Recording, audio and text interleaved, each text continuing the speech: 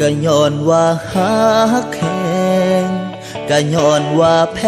งหลายแต่อาจสิบ่แม่นอายที่พาเจ้าไปฮอดฟังอาจสิเป็นเขาผู้พ่ออาจสิยอมเป็นผู้พายถึงต้องเสียใจยอมได้เพื่อคนที่อายหักเคยหักน้องสำได้ให้บอกจากใจว่าหักคือเก่าแต่น้องเลือกเขาคนเก่าต้องยอมจากไปเศษไม่บ่อาจขวางตาโตทวงบ่อาจไปขวางใจหลีกทางให้ฟื้นโดนใหญ่คือเขาห่วงพอสิบ่ดึงบ่รั้งเจ้าไว้อายเข้าใจทางน้องเลือกยากถึงน้ำตาพัง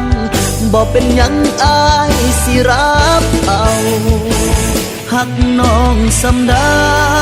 เป็นแค่ไม่อ่อยฟ้าอีกกับพ่อได้เป็นโตลอกให้หักของเจ้าสมหวังยอมเป็นผู้แพ้ถึงสิถือไปสูงกะสร้างเจ็บเพื่อน้องนาเป็นยังอายสิเฮ็ดบ่ได้ให้น้องไปดีให้น้องไปมีความสุขถึงอายเป็นทุกข์สำใดก็สิอดเอาอวยพรส่งถ่ายคนที่อายหักให้น้องโชคดีกับเขา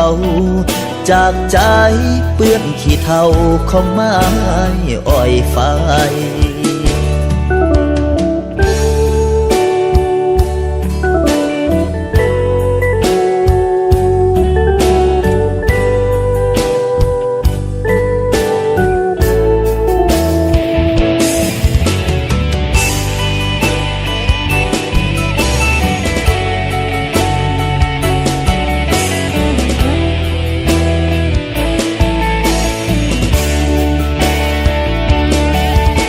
บ่ดึงบ่รั้งเจ้าไว้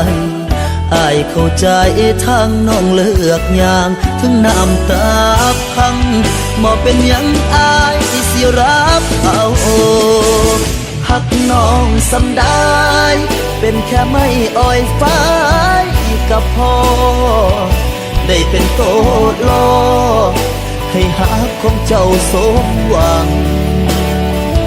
ยอมเป็นผู้แพ้ถึงสิถือไฟสูงกะสร้าง